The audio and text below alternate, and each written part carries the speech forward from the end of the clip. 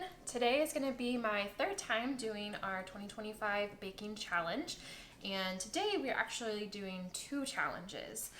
Neither of them are very long, so I thought I would just go ahead and lump them together. One of them I'm going to be making anyway, so I thought I would just do it along with the other one. So the challenges I picked from the month of March are low sugar, and the other one was 30 minutes or less. So low sugar is something that I do quite frequently for myself anyway. So we're going to be making some protein muffins that have low sugar or no refined sugar. They're going to be sweetened with applesauce, honey, and maple syrup. And then the other one we're going to do is a recipe that I've been meaning to try for a really long time. We're going to make a copycat Levain, I'm not sure how to say it, chocolate chip cookie recipe. And that's a famous bakery that makes these like giant thick chocolate chip cookies that are kind of like underdone in the middle, which is like my favorite kind. So what I'm doing is taking inspiration from those recipes and adapting it to my current chocolate chip cookie recipe. Basically, what I want to test is using cake flour versus self-rising flour. That's kind of a big difference in these cookies to help them stay nice and thick. So I'm going to make a batch with each of those and then compare them. So let's go ahead and get started. I made those chocolate chip cookies a few days ago, but they've been in the freezer, so we're going to bake them today. But first, I'm going to show you how we make the muffins.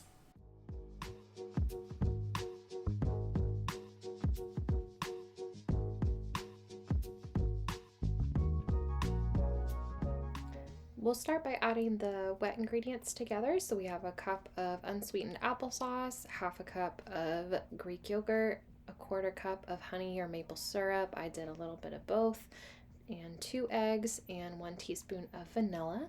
And then we have our dry ingredients, a quarter teaspoon of salt, half teaspoon of baking soda, 1 teaspoon of baking powder, half a cup of a vanilla whey protein powder. And then I like to split the flour and do 1.5 cups of regular all-purpose flour and then half a cup of almond flour just to give it a little more protein and some texture. Next, I'm going to put the blueberries in a bowl. I'm using frozen because that's what I have. I also really like using the wild blueberries because they're smaller, so they distribute more evenly in the muffins. I also coated these with flour, and that helps them not sink to the bottom and also keeps it from turning the batter blue. Lastly, I'm going to add some lemon zest, and that's not in the recipe, but blueberry lemon is one of my favorite flavor combos, so I really like that in a muffin.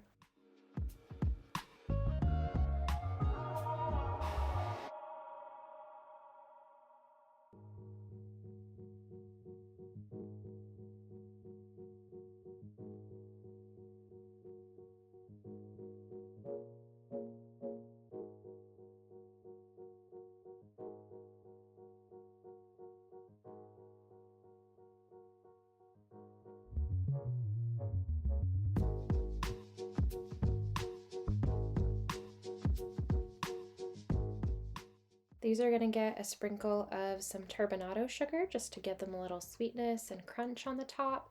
And then we're going to put them in the oven at 350 for about 20 to 25 minutes.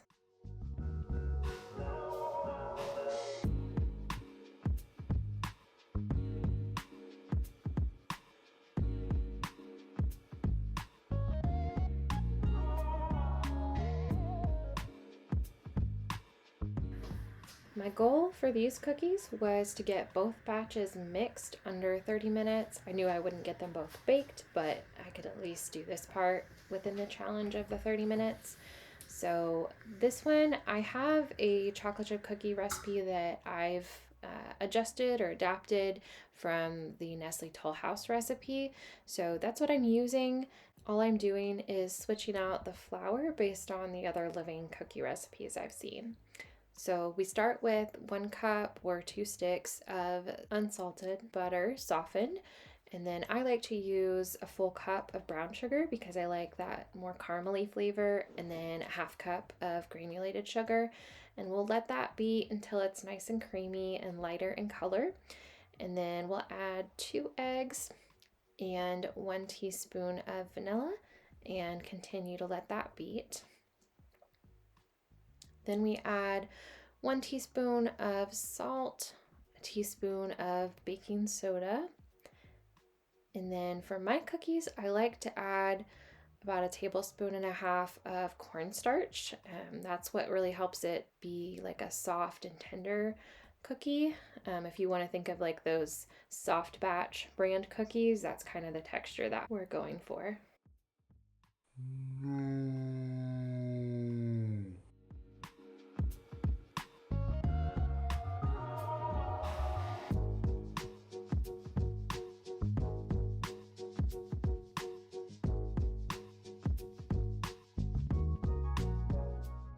For this batch, we're going with 1.5 cups of all-purpose flour and 1.5 cups of cake flour.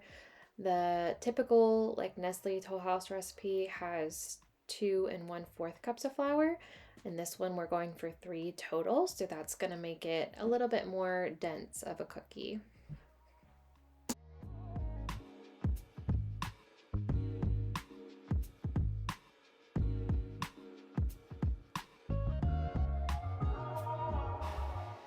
It's hard to see the clock back there, but at this point we've got about 20 minutes left, so we're doing good on time. And at this point, I started putting everything away before I even remembered I still had to do the other batch. So that probably took me some extra time because I had to get the ingredients back out again. But for now, I'm gonna get these scooped and into the freezer.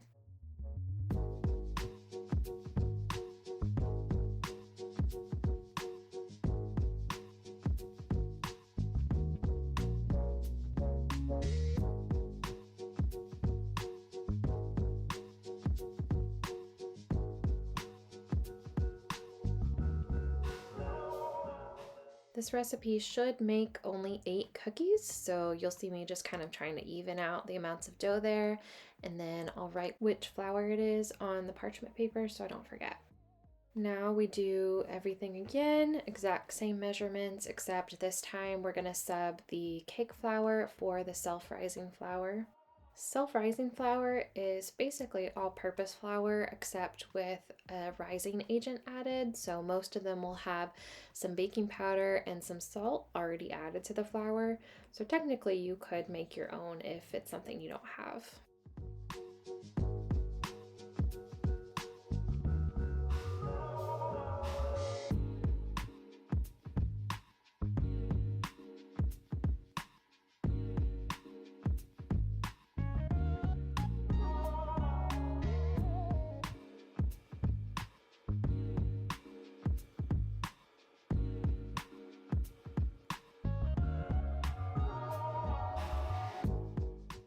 You can see here that because the self-rising flour has smaller particles to it, it did create quite a cloud. I had to keep myself from breathing in too much flour, so I would recommend putting like a damp cloth over your mixer when you do this part.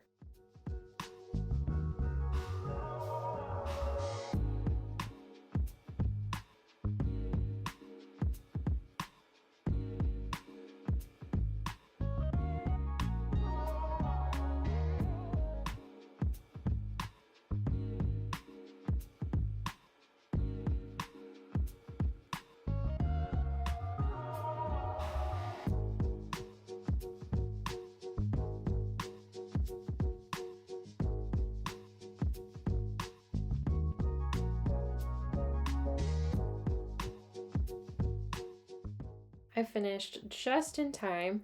I did take a little extra time afterwards to add some walnuts. Traditionally, these cookies have walnuts, but neither me or my husband are big fans of it. I just wanted to try it, so I kind of just stuck some on the outside. And then I labeled which one had the walnuts and which flour it was, and that's off to the freezer. I've got my cookies ready to go in the oven. We're going to bake them at 375, which is a little bit higher than usual for a chocolate chip cookie, and that's because we want the outside to get nice and brown first, and then the inside to stay kind of ooey gooey. So we're going to bake the cake flour ones first, and then we'll do the self-rising flour ones, and we'll put them in for about 20 minutes. Once we see that they're nice golden brown on the outside, I'll pull them out. I'll let them cool. I'm probably going to take little man to the park for a little bit, let him play, so that they're not too tempting to eat, because you really do want to let them cool so that that inside kind of solidifies a little bit and continues to bake while they cool off. So we'll come back in a little bit and try them.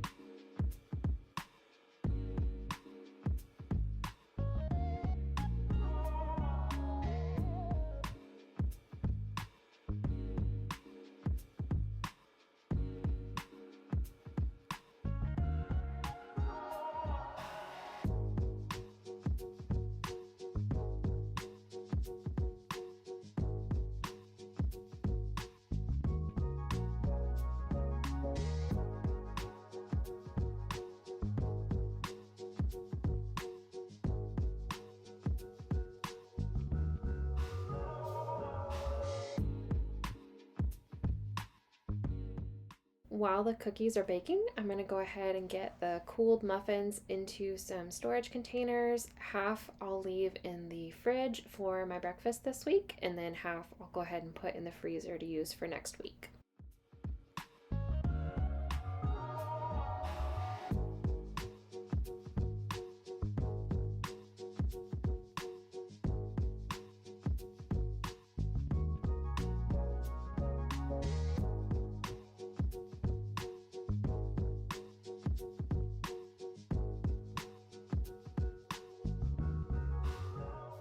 The cookies have been cooling all day. I'm ready to take a look at them now, although to be honest, I have snuck a taste here and there of them already. I just couldn't wait.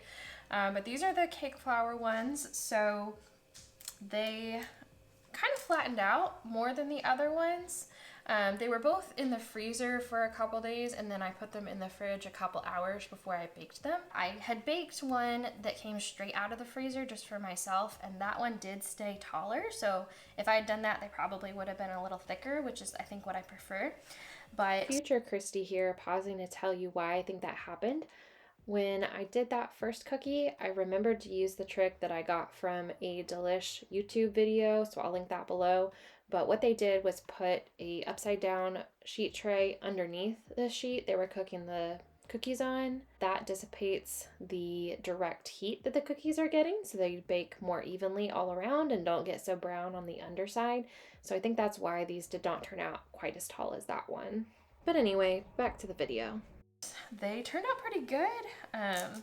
I'm gonna have my husband come over and do a taste test and see which one he likes better before I kind of give my verdict. You forgot to plug in the mic. Thank you. Okay, so I've got your two cookies here. You don't know which one has the self-rising flour and which one has the cake flour.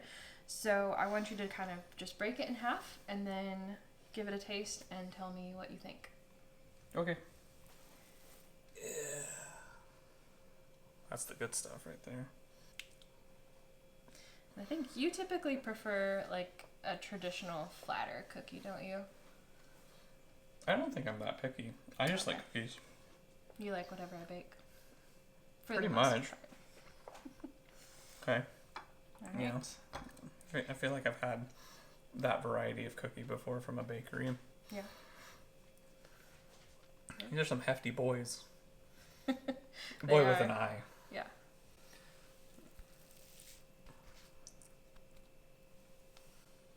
And the air pocket's right there. It's like bread. You've overproved it. Did this one have air pockets like that? Not as much, interestingly enough.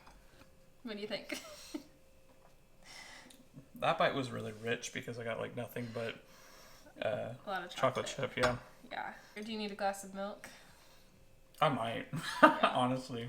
They probably dried out a little because I didn't keep them in a container all afternoon. Well, and it's really dense. Like, it's dense, and then if you get a bite that has like a lot of chocolate chips, like this one right here, It's just a lot to kind of chew through. In a good way? It's literally a mouthful of chocolate chips, yes. Definitely. I mean, asking which one I like better is like asking somebody who their favorite kid is. I mean, I don't know if the camera picks it up.